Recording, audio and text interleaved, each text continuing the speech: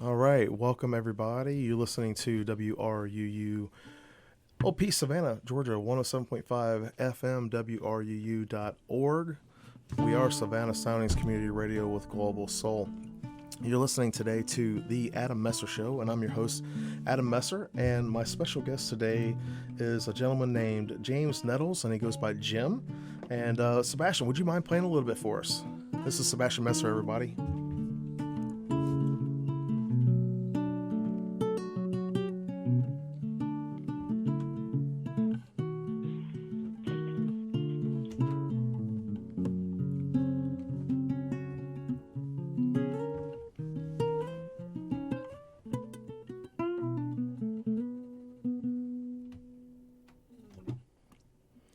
Awesome. Thank you, Sebastian. Welcome to the show, Jim. Thank you so much for being here today. Well, thanks for having me. I appreciate it. All right, everybody. So tuning in, I'm just going to read your bio off the website here. It says James Nettles is a University of South Carolina graduate and has a 30-year career consulting for dozens of clients from startups to Fortune 100s, media contributor, speaker on privacy, futurism, coming disruptive technologies, and their impact on businesses and individual daily lives, and is a science fiction and fantasy author. He's also the founding partner for Author Essentials. In addition to having started writing in media and journalism, he has contributed to and written hundreds of articles and now develops content and materials for personal and professional development, technology, privacy issues, and artificial intelligence. He also is a science fiction, fantasy, and contemporary fiction author using his background in cultural anthropology and sociology. His current series are the Homecoming Summonings and Longbow Initiative Urban Fantasy Series, and soon to be released techno thriller under the name James P. McDonald.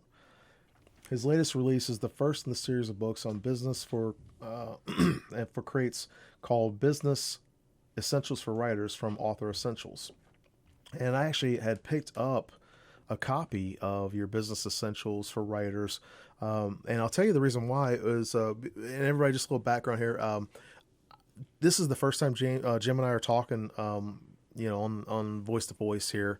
We were introduced, I believe, by Bobby Nash. And and Bobby's a wonderful guy. He's always introducing me to like really cool people. So I was like, oh, yeah, that's cool. And I saw I saw this book, and I saw your background, and I was like, oh, you know what? I really can relate to that because my background is in business and leadership, and I love self-development books. And then in the writing realm, I've been a freelance writer for the Savannah Morning News, Do Savannah, since 2014, and I've written a lot of articles, and I just started publishing fiction about a year and a half ago. So I was like, I've got to check this out and see what you got to say, here. And so far, I've really enjoyed the book, and I think it's a good utility, as far as like, especially with your insights to industry, publications and media and that kind of thing. So, thank you so much for being here today, Jim. Well, no, I really appreciate you having me on, and glad to actually finally get to chat a bit.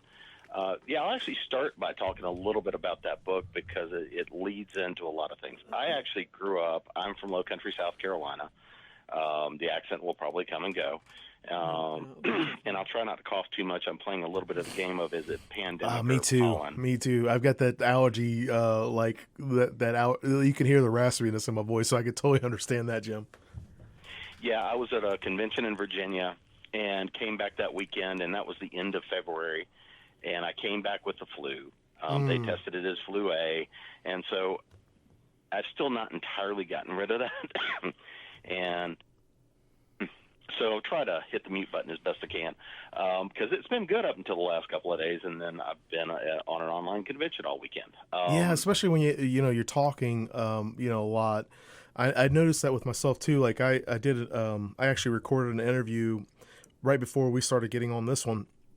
And I was fine the whole time, but now I'm starting to get like that little raspiness, and I've got a cough drop in myself too. So I can totally understand that. But no, actually, I got my start with writing when I was in college. But I grew up in small business. I was one of those early day geeks where I was playing around with tech very, very early on. In the early '80s, and so I grew up with probably a weird background compared to most people. And so when I went to college, because I don't have if I have free time, I'm going to find a way to fill it, and usually involves getting into some sort of trouble. I was a photographer. Then the next thing was I was a photographer, and I was also a staff writer. Then the next thing that happened was I was covering the election in 87 for the 88 presidential election, and I wound up then doing freelancing.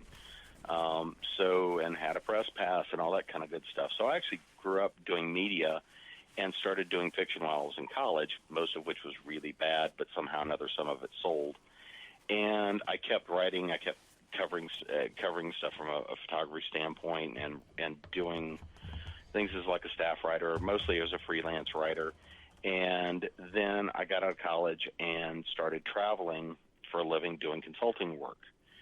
Most of my background is in systems work, both from a business and technology side. I've worked for different software vendors. I've had my own consulting company. I've worked for large and small.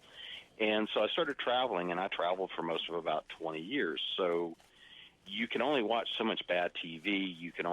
And I love to read. I've always read, and somewhere along the way I started writing again, mostly short fic. But from a fiction standpoint, and then I was doing a lot of articles, being a contributor. Even to this day, I still get a lot of things where I'm brought in to help be an advisor for an article or for a book or things along those lines. And about, 8 or 9 years ago, I had been really getting kind of the Jones again to want to do a lot of fiction. Started playing with some ideas, short stories, started trying to get those published again, and was working with a publisher, kicked out the first novel in the series for Home Summonings. That book at that time was called Bound and Hagged. I'd had some other short fiction and stuff picked up by then. And it just sort of is one of those things of I don't do a good job of just going and watching. The next thing that happens is I wind up getting involved in things. So as is wont to happen, you do a lot of conventions, you meet people, you build friends, you build networks. And they would come over to me and go and say, "You're one of those weird business and techie people, right?" And I would say, "Yeah." And in the business and tech world, I get one of those weird things where they're like, "You're one of those weird creative people, right?" Yeah, I am. So I don't fit entirely into either one. Don't take myself that seriously in either one either. And people would ask a question, and I'd lay out the answer, and they'd look at me and go, "That sounded really nice and really important, and I have no idea what you just said." So it started out as I was like, if I've got to answer it once, I'm going to write it up. And a lot of the time, the same question you have as a writer or as an artist or something along those lines is the exact same problem that a small business owner has. Mm-hmm. And a lot of people lose sight of this. If you are a writer, whether it is a staff writer for somebody, unless you're being paid as somebody's writer, you own a small business. You've got to find ways to create work, sell work, whether you're writing fiction, nonfiction, whatever the case may be. So over time, that accumulated into a lot of articles that I was writing, and the next thing was I was sitting at a convention, and Dr. Ben Bovo, I was getting ready to go moderate a panel with him, and he was like, "So when are you turning this into a book?" And I said, ironically enough, I've been in the process of doing that.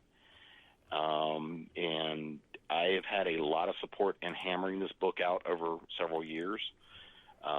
In beta reads, people contributing, helping to say, so this is one of those things I had a lot of support from the author community, from everybody from people who have never published anything up to a couple of New York Times bestsellers, all gave feedback, all helped me to refine and hammer this first book down in this series. So it took a lot longer than I really had planned on, because while most of that content's been done for several years, it took a while to really refine it down to where it was crafted for creatives.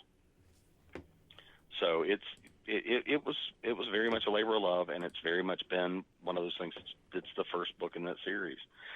The next one that I'm working on right now, I'm actually working on a mindset book for creatives, as well as one that's about marketing. I think that's really interesting, because I see that, because honestly, my background is very similar. I actually have a Master of Information Systems degree, and my undergrad was in business administration. So the creative side of stuff, like the writing and that kind of thing, I've always loved to draw and write and stuff like that. But yeah, I can say that I've experienced that. I've actually had people ask me like, "What is it that you do?" Because you do so many different things. And last year I had to kind of rebrand things to simplify it. So like when I say, I introduce myself, like in this realm, I'll say, I'm an author, a journalist, and a radio show host. But it's kind of complicated when you do a lot of, you wear a lot of hats. Like you said, with being a business owner, you have to do a lot of different things, especially if you don't have a budget and you don't have any capital to put in, all you've got is your work. You have to do a lot of different things, and I can definitely appreciate where you're coming from with that. I thought that was actually one of the reasons why I was like, oh, let me go ahead and pick this book up because your background, and I was like, this guy's got a lot. We have a lot in common, and I was surprised. Maybe that's why Bobby introduced us, because he's like, you know what, this guy and this guy might get along. So shout out to Bobby. Yeah, Bobby is a great guy. In fact, I've had him on one of my shows, and I'm trying to get him back in for the other one. So one of the things again, one of these things of, oh, this sounded like a good idea at the time. John Hartness is a good friend of mine and Bobby's, is the founder of Falstaff Books. John and I travel together a lot. And I've actually had John on the show too, so yeah. I thought so. So John's a good friend of mine, and so we were kind of talking back and forth about how do we do different and more creative marketing. I mean, we all do a lot of readings at conventions and things like this, and so we sort of kept joking around, well, we need to do something different, and so we kicked off Books and Beer. Oh my gosh. Hold that thought, dude. I started doing Books and Brews in November 2018 here in Savannah as a fundraiser for the Ronald McDonald Charities of the Coastal Empire. Are we like living in the Twilight Zone here or something? It is distinctly possible. Because like every time you're rattling something off that you're doing or have done, I'm like, wait a minute, hold on. This is crazy. Maybe Bobby knew all this and he's like, I'm gonna put these two together and let them figure it out. He is kind of an evil genius. I can't deny that. I'm gonna have to have a talk with him about this. So tell me about the beers and books. So Books and Beer, started out as we were going to just do recordings at conventions and have a different channel. But the main thing we wanted to be able to do was, it's one thing to go and do a reading or do a signing at a bookstore, do something along these lines. We wanted to do something that was a little bit lighter, that was a little bit more fun. Mm-hmm. And so we started doing Books and Beer, where we would hold a signing and a reading at different places around Charlotte and even within the region. We'd film them, record them. Right now they're only up on Facebook, but they're getting ready to be on both the Author Essentials YouTube channel, as well as a new project we can get into and talk about here in a minute. So hold that thought. I need to do the station ID real quick. Everybody, right. You are listening to WRUULP Savannah, Georgia, 107.5 FM, WRUU.org. We are Savannah Soundings Community Radio with Global Soul, and this is the Adam Messer Show. I'm your host, Adam Messer, and my special guest today is Jim Nettles. And I just want to do a shout out. We got several of our dedicated listeners that love to listen in every week, so I just want to shout out to all y'all thank you so much for listening in. Terry and Darlene Dremel, Connie Rom, and we've got a couple others. But I just wanted to shout out to you three because you're always the ones that I hear back from the most, and I love it. So anyway, Jim, you're talking about getting together, doing these videos.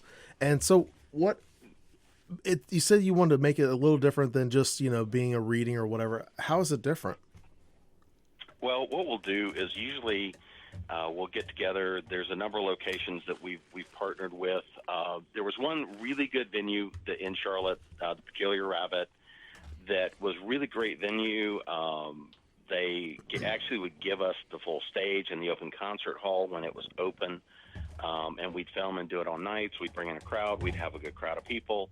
So if everybody's sitting around laughing and joking, you get to talk and meet with other authors.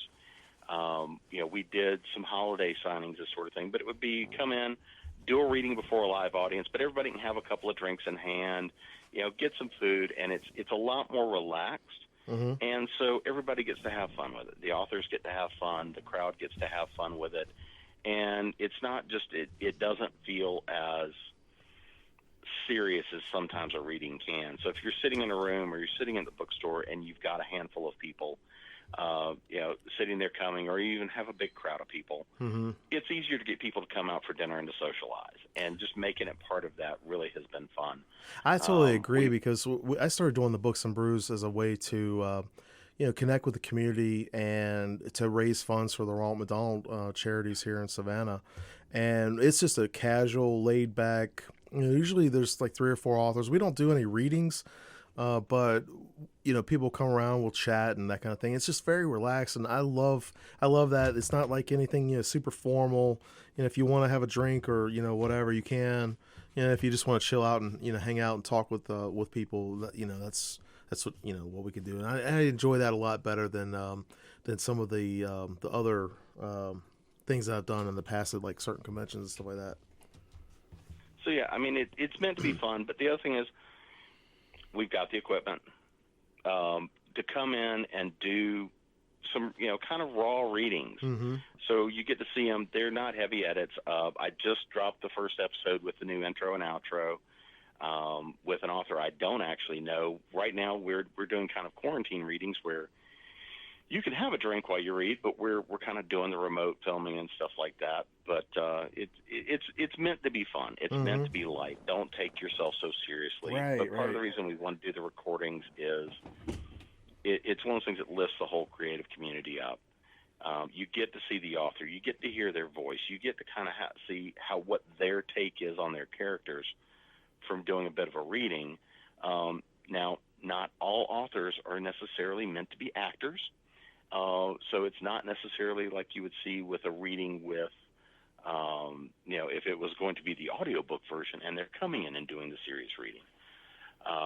But it really is just fun. And it's one of those things that's been doing pretty well. I've also got a new show coming back out that's called Creating Prose. That's more about the business side of being an author. But we get into and we talk about things about craft. We talk about intellectual property. We've got some shows coming up about accounting and whatnot. So the first episodes that'll be dropping are just me. But we've got some with a couple of clients that have things like nonfiction companies about mindset and reflection. A lot of it's fiction. A lot of it's meant to be come in, have some fun, but hear how people in the business really do and deal with this. And this is all going to be dropping into part of a new project I'm doing with John Hartness. And with Gail Z. Martin, who is a romance author, a fantasy author, epic fantasy, urban fantasy, and with some of our other friends and whatnot, we've started a virtual convention that's called Continual. Okay, right I didn't now, realize that you had started that, because I'm in that little Facebook group. I thought we'd gotten you in there. Yeah, John, Gale, and I are kind of the ones that founded it. We've That's been cool. working on this project. We've been working on this project for a couple of years. John Gale and I spend way too much time together sometimes. And when you put us together in a room, then things just sort of start to happen. And so I get to handle all the tech and video stuff. We've got a new show that'll be coming out there that's original content called The Panel Room. We recorded the first episode of it last Thursday night, and it should be dropping this coming week. But Continual is really meant to be not just to come in right now while so many of the conventions are canceled and while people can't get out and do events. It gave us a reason to pull the trigger and get it launched. Mm-hmm. And so with, much like with many creative episodes and where we don't have a budget, we're all sort of just backing this thing ourselves and pulling together the resources we have. Oh, yeah. Yeah. It's going to be a bumpy start, and we're going to have fun with that too. Well, I give an example of what you're talking about, like something I've done is I do the radio show, and then I host it on my podcast afterwards. So it's live, and then, it goes on there. But I started, I got laid off 2 weeks ago. This Tuesday coming, it'll be 2 weeks that I've been laid off. I was doing electrical work, and they just didn't have enough work, so they gave me a layoff. And I was kind of bummed out that day. But the next morning, I was like, you know what? I'm gonna work on my author career, and I'm gonna work on my writing and that kind of stuff. And so I did. And one of the things that I did was I started a little mini podcast, just called "What's Going On with Adam Messer." And just keep it simple. That's why I call it the Adam Messer Show. I just try to keep it real simple because boom, boom, boom. Anyway, I did I did a couple days of that or whatever. And then I thought, you know what? I revamped my website. I revamped my Patreon. I revamped my newsletter. I mean, like I did all the things that, as an author, you're supposed to do.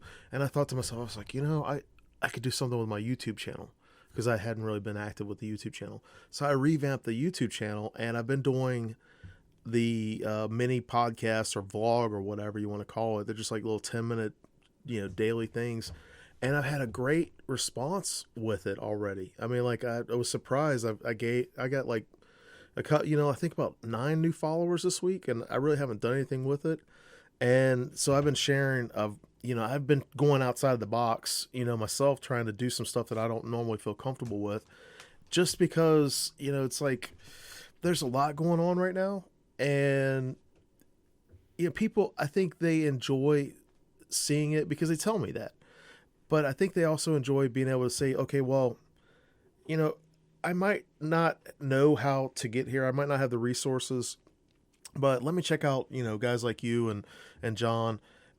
Let me check out other folks, and maybe I can get there. Maybe I can, put some elbow grease in and do the work and get, a step closer or a step ahead of where I, was at yesterday. And so I think that's pretty cool that, you guys had this idea and that you went ahead and did it. And there's this other one, I'm sure you've seen it, but it's the same kind of thing. And Consolation? Yeah. That one. And, so yeah, I think I was in the first 500 people pulled into it. Yeah, right. So there's like a bazillion people in there now, but I think it's really cool because a lot of people that like going to conventions right now, everything's been canceled, and it's just a way for them to connect. The only thing I don't like is they have separated like people who are vendor style people or whatever, and they're like, oh, you have to have a separate group. Well, part of the whole thing about going to a convention is being able to, go to the different dealer rooms and stuff like that. And I totally agree with not spamming the channel. But if you've got one group that's got like 800 people in it and another that's got 40,000 in it, vendors aren't going to be selling to each other, So right. I just think they should, maybe try to manage that a little bit better. And it's horrible because people are, sometimes people can be trolls and they will spam and spam and spam. But, I think for the most part, the convention community, everybody, the con community, that they're good people and they're creatives and they like, sharing like, whatever they geek out about with each other. So. Yeah, and this is one of the things we're actually sort of figuring out how we're going to structure within Continual. So last night we actually did the first sort of live programming. It was we did it kind of as a pilot run. I got invited. Chris Jackson writes a fantasy pirate series, and so we kind of as a test run did a live broadcast of that with Discord and OBS and a few other things, and kind of got bumpy with some tech issues. But hey, that's what pilot runs are for. Yeah. We had a bit of fun with gaming for that. And Continual is meant to be a real blend of things because there's a lot of people that can't or aren't going to feel comfortable about going out to conventions for a while. But at the same time, a lot of people do regions. So, I mean, you're only going to travel as far as you can drive, reasonably for most things. Because we know people all over the country and actually internationally, we can now do content and bring in people and expose people to audiences that don't know them that are outside of the region. Mm-hmm. We're also doing work with a number of conventions that either may or may not go on, but to do some digital content in conjunction with them that'll be branded as a part of their content. For example, this morning we had the meeting for Con Carolinas. I'm the Science and Tech Director for Con Carolinas in Charlotte. And so that's going to be the first convention we partner up with between to do some original digital content. Right now, Con Carolinas, we're set to come out and be right after things get lifted if the things don't change. And so if for some reason we're not able to go forward, and I think it's a pretty good chance that we may be in a position where we can't go forward, then we're going to bring the convention in completely digital. If we can go forward, we're still going to carry some digital content for Con Carolinas, and because our intention is for this to be an ongoing project where we can do content.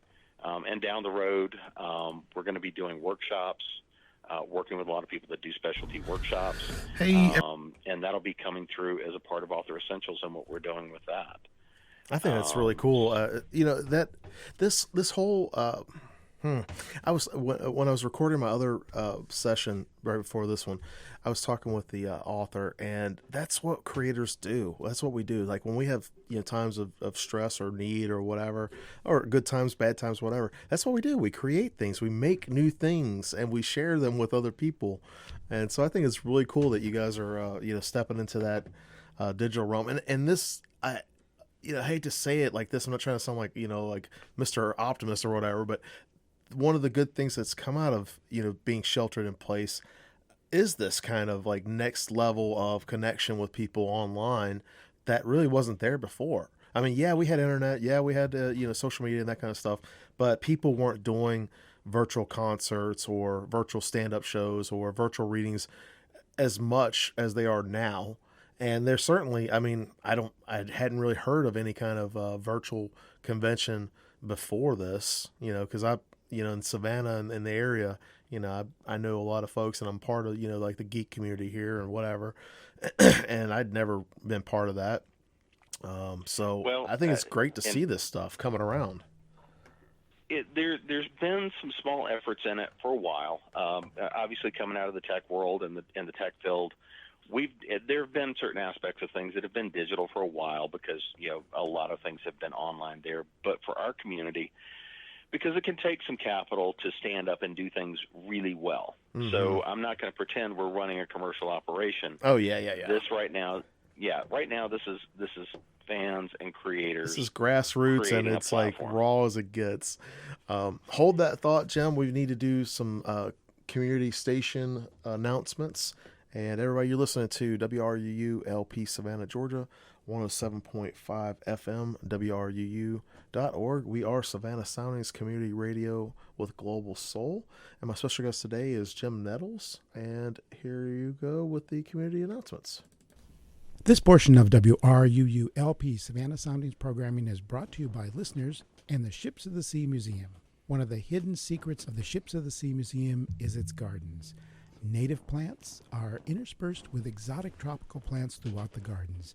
Visitors can enjoy everything that has earned the Ships of the Sea Museum the Trip Experts 2015 Experts Choice Award. You can find out more about the Ships of the Sea Museum at the website shipsofthesea.org.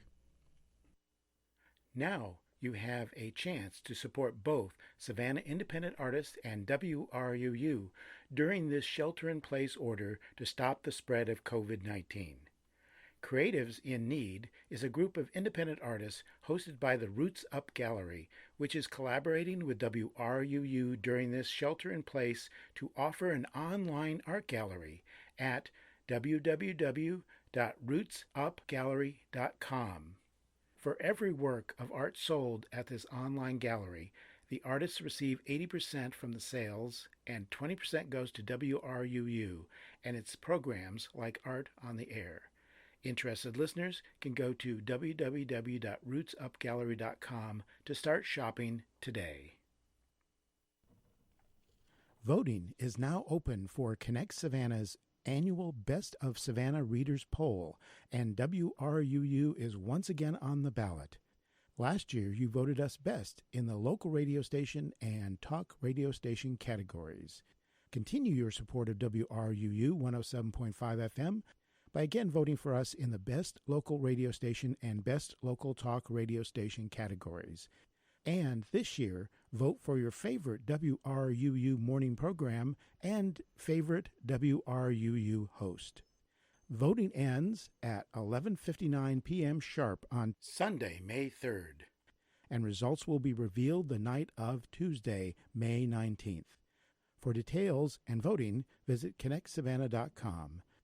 And as always, thank you for listening to, supporting, and voting for WRUU LP Savannah. And here is Sebastian Messer playing some live music for us.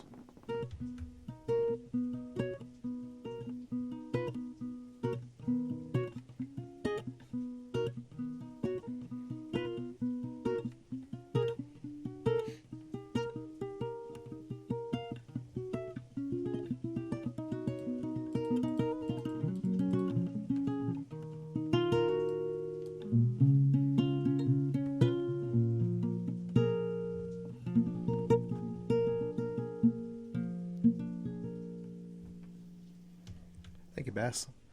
All right, we are back, everybody. Jim, how you doing? Hey, try not to hack up a lung like everybody else, but other than that, doing well. Yeah. So before the break, you were starting to tell me about some of the efforts that you're making with the Continual and working with like Con Carolinas and stuff like that. So, and I agree with you when you were talking about like people that can.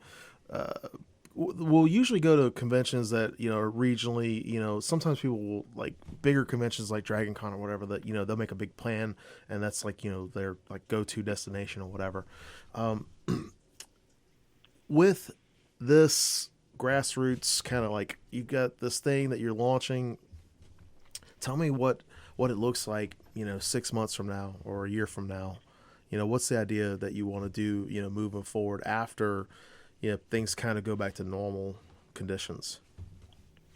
Well, and like I say, the intention with this, and I guess it's a good thing we've been sort of playing with the idea for a while, so that when the situation arose, we actually had an idea we could work with and play with. But down the road, here's what we actually see, because right now this is about creating and supporting the community. We have, I mean, I do not get a large chunk of my income from some of the different companies comparatively, but I'm fortunate enough to continue to be working. My wife has both a creative company. She also works with small businesses, entrepreneurs. She has a large background in tech and consulting as well. But I mean, her business is all about supporting predominantly small and medium-sized companies at this point, you know, as well as a lot of individual entrepreneurs. She's getting a lot of business in and a lot of calls as well, because she deals with a combination of mindset and with true business consulting type of things. For, you know, we've got business coming in and we're busy, but a lot of our friends are not. You know, we know a lot of people that are full-time authors, like Bobby. You know, he's an actor, he's an author. You know, Bobby's out there having fun, but I mean, right now, that's predominantly his income. I mean, he does conventions to generate a living. I've got a lot of friends that are vendors that, you know, that's their full-time business. That's their living that are sitting there. You know, I know a lot of people that own comic book shops. I know a lot of people that do artisan craft work in a lot of different spaces. So again, are we in the Twilight Zone episode? Because everything you're saying is like, yes, checkbox, yes. I'm like, what is this? It's like, or like, are you like my older brother or something? Like, I mean, come on, man. Could be, or at least a higher mileage. You're like me from 35, right? You know, like what in the world is going on here? This guy's like, you know, me, you know, 15 years from now, like where I'm talking about. Yeah, I just hit 50 this year, so that's about right. Well, you're not that much older than me.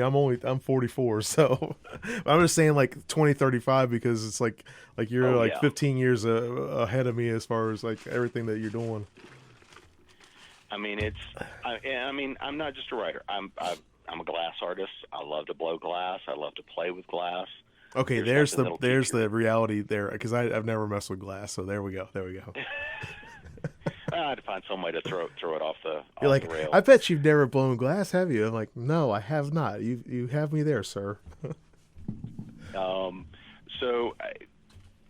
With a lot of the events that are canceled, and I mean, not only do I do conventions, I do Scottish Highland Games. I'm a heavy athletics director. I'm a heavy athletics judge. I work with a lot of youth programs. So there's a lot of programs and a lot of events that I work with that are canceled. This weekend, I was both supposed to be in Charlotte for Loch Norman Highland Games, which has been moved. Mm-hmm. I was also supposed to be teaching some workshops at JordanCon in Atlanta this weekend. Well, JordanCon has kind of gone with some digital stuff. Games have now moved to August, but there's not a weekend, especially this time of year, that's not usually booked. I'm supposed to be at RavenCon next weekend. Obviously, that's also been canceled in Williamsburg, Virginia. Right now, we're still talking and working on the programming for DragonCon. I'm on multiple tracks for DragonCon. I'm on the FF track, fantasy track, writer's track.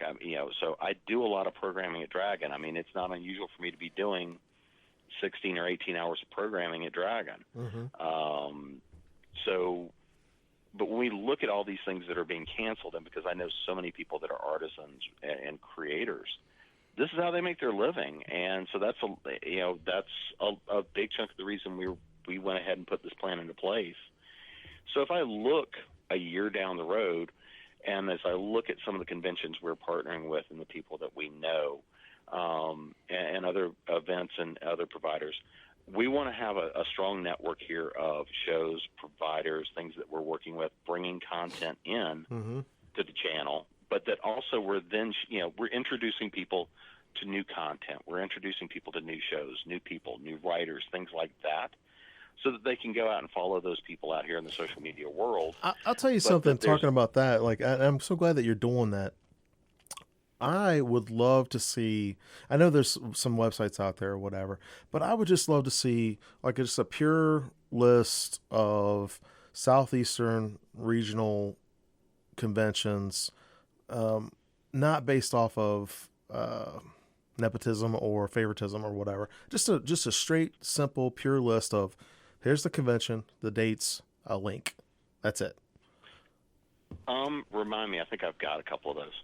Yeah, okay. I'll send you a message offline, because that's one of the things that, as an author myself, in Savannah, I used to do a bunch of stuff with photography and writing, and so I would cover conventions that way. But I never really vended as far as an author. I just started publishing my own books August of 2018. So I haven't done any conventions like that. Now I've worked with a local bookstore, and I've done a couple of book launches and that kind of thing or whatever. But I had thought about doing, maybe picking one, nice sized convention and, trying to, go and check it out or whatever. But here in Savannah, there's a couple of competing comic book conventions. It's not really, I mean, I'm not knocking anything like that, but it's not really, what I'm interested in. And I host my own author convention, which is really cool. We have, a little get together or whatever, but I'd like to kind of explore, some of the other conventions that are out there and see, we used to have one called GnomeCon here in Savannah, and I loved it because it was a gaming convention, and they had, indie authors, and they had some published authors, and they had some, different like filmmakers, and, but it was a gaming convention, like a sci-fi gaming convention.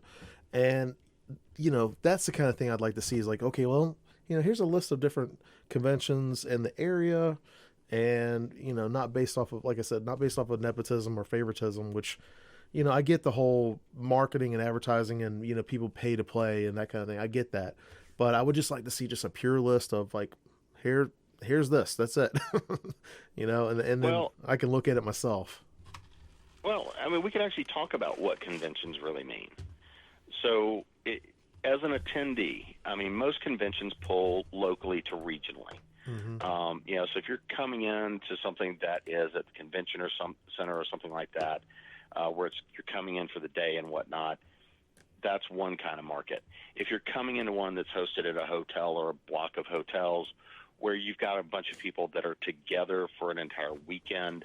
You've got room parties going on, you've got panels going on, you've got workshops going on, dealer room, films, music, all the sort of stuff that goes on at these conventions. From an attendee standpoint, if you're just coming to come, you get to build social networks and friendships, and a lot of those things that really become meaningful. I mean, there's a number of groups for conventions that I participate in year round because people ask, hey, what's going on? You get to find out what's going on with people. You see births, you see deaths, you get to see all the fun stuff that's going on with people, and you get to, especially when you do them over and over again, you get to make a network of friends that you see sometimes just at conventions, but you get that shared bond, and you get to have fun with that. Yeah, here in Savannah, I used to joke around like doing the conventions that it's like you see the same 100 people over and over again at the conventions, and Savannah's a small to medium market, but in larger areas, I have a lot of friends that go to Dragon Con and been guests at Dragon Con and stuff like that. I've actually never been to Dragon Con. That's like one of my little things. I'm like, oh, well, I'm going to check it out, but not today. You know what I mean? Like it's a little bit bigger than what I want to do because I don't like huge crowds. So Dragon is a whole new level, but and this is true not just for Dragon Con, but for any convention.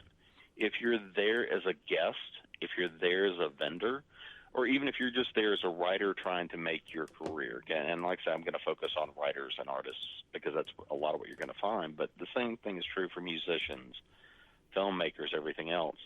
The reason we do conventions is not only we get to meet fans or introduce ourselves to people that may want to become fans, but we also get to network with each other. I love making new friends. That's like my favorite reason for going to a con.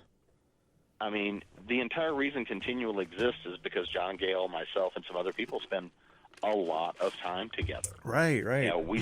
We travel. I mean, and it's not just for conventions because we're all local to Charlotte, and we've got a really strong horror, science fiction, fantasy group in Charlotte.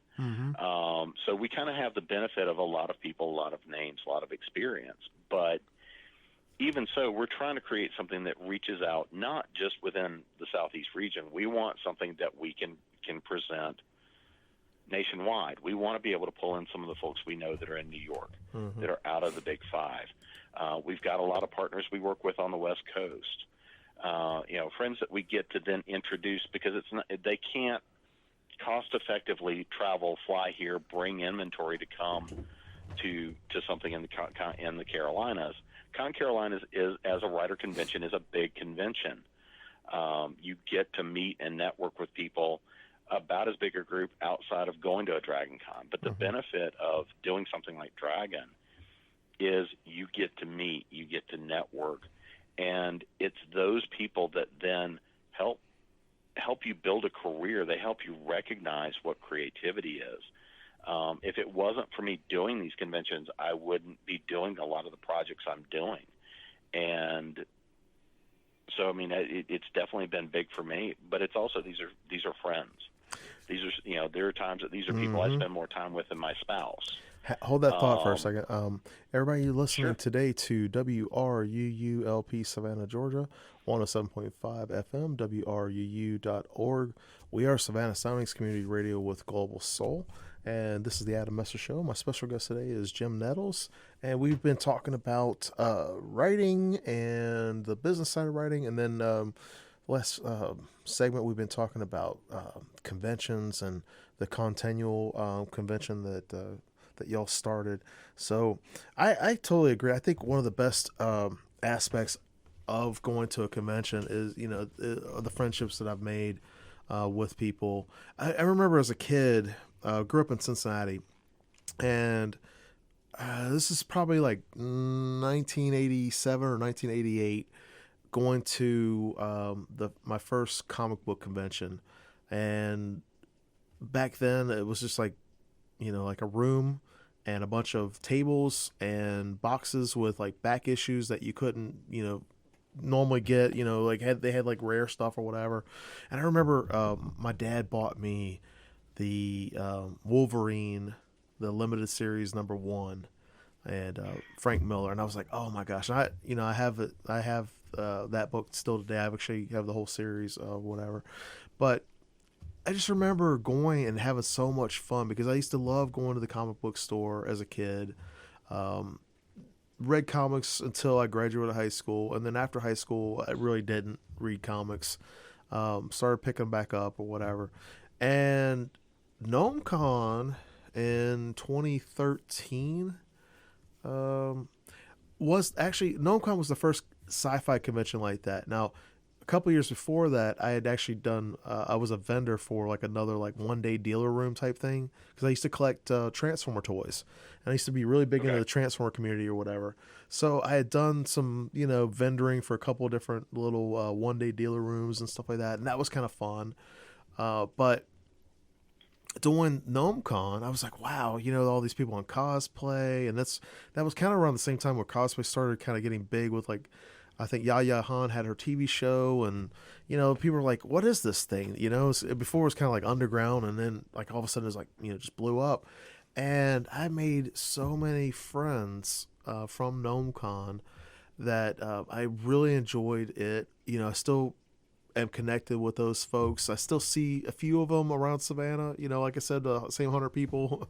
But unfortunately, GnomeCon shut their doors a couple years ago, and that was probably my favorite convention in the area. There's some other, like I said, there's some other comic book conventions, and I like them, and I think they're great and wonderful. But I always had a special place in my heart for GnomeCon and the folks at GnomeCon, and it is, for me at least, it's one of those special things. Like when you, like you said, you spend more time with those folks sometimes than you do with your own spouse. That's not the case for me, but I do love that special bond that that you can make with those friends because they get why you geek out about the stuff you geek out about, and they geek out about the stuff the same way, and that's kind of an interesting dynamic because growing up it's like, oh well, it's kind of weird or kind of strange, or like the guy living in his basement type thing, the mental image.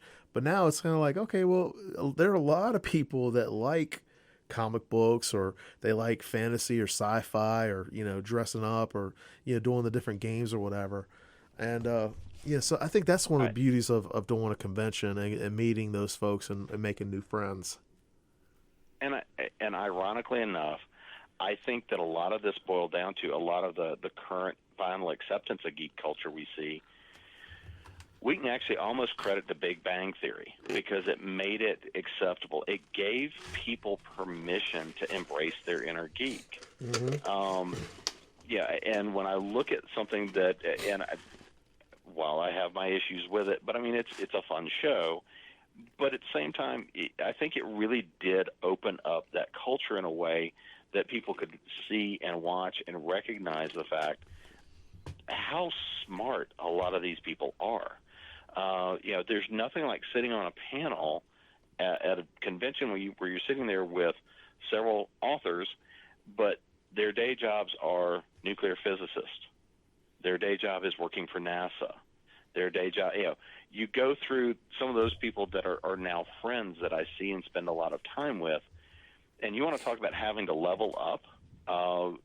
Is sometimes if you're sitting there in a room full of fans that are watching, but they're all sitting there in NASA and JPL jackets, or the T-shirts or things from the groups that they work for, mm-hmm. and they're asking you questions. When you get to build friendships and networks with people that have that knowledge, that expertise, that makes you level up. And I mean, getting to be around those kinds of folks. At the same time, we've got plenty of people that right now are on the front lines of dealing with the COVID situation. Everything from medical professionals to people that are trying to keep the gas or keep the groceries stocked. Right. And so you get to bring everybody together in a place and share their ideas, share their fandoms. And sometimes it's nothing more fun than to, start a fight that's Star Wars versus Star Trek, and then walk away. Or who's your favorite I know what to look doctor? out for you then. You're like, GoBots are better than Autobots. No, sir. No, I'm just kidding. I can neither confirm nor deny that I might have done that to Rick Galtieri. So I mean, when you look at conventions and what they mean, so when we look at what we're trying to do with Continual and where we want to be is in 6 months or a year, we have no desire to replace conventions. We want to augment them. We want to create a place that people who can't get out anymore or don't feel comfortable in the current environment to get good educational content on creativity, craft, these sorts of things, as well as being able to come and see some filking, come and see musicians they might not get to see, get to see some cosplay and crafting and things like that go on, and give it to them in that space. But so down the road, we also want to be able, as in ways of partnering with these conventions, to have stuff that is both the free content we're doing now, as well as paid content that both helps those conventions and the charities they sponsor. So most of these conventions you go to aren't for profit. Most of these are nonprofits that donate a lot of money and a lot of funds into various causes. And so we want to be able to be another portal for that in that space. So in a year, what we see this as being is a much larger community that allows those folks to come and still get solid quality content, continue to build their careers, continue to be able to build a network, but not necessarily have to do it in a physical place. Or what we really are hoping is that because so many people can't go to but so many conventions, it gives them a place to network with people they're not going to meet otherwise. And that's really one of our big goals here. Now, down the road, one of the things that, and we haven't talked about it, is Author Essentials. The company I started was really designed to be author education, workshops, publishing, that sort of thing. Now we've gone into full-blown author services and stuff as well, but we want to be able to continue to grow and offer the number of workshops that we do. I do workshops about intellectual property. I do workshops about the business side of creativity. I fill a lot of those spots that there aren't that many people that travel the network and talk about, because most everybody, we get deep into craft. We talk about story. We talk about world building. But any time that I go give a talk about IP or any of the marketing talks or the business basics talks, the room's full of people asking really strong questions and wanting and hungry for more. So that's the reason I started the company, was to be able to not only myself but bring other people I know that have expertise to share that knowledge. And this is going to be one of those things we can do through Continual as well. I think that's really interesting because locally I do something similar with business consulting for just individual businesses, with helping them with like social media and that kind of stuff, and marketing, advertising. And I think that is one of the things that the business side, and I keep generically calling it business side, but to understand that a book or whatever product creators are making, if they want to sell it, it's a product, and they need to understand the fundamentals of like the life cycle of that product. And I think that's really great that you're doing that service. We are going to take a break until 4:00, everybody. So you've been listening to the Adam Messer Show here on WRUU-LP Savannah, Georgia, 107.5 FM, WRUU.org. We are Savannah Soundings Community Radio with Global Soul. And my guest today is James Nettles, a.k.a. Jim. So we'll be back at 4:00.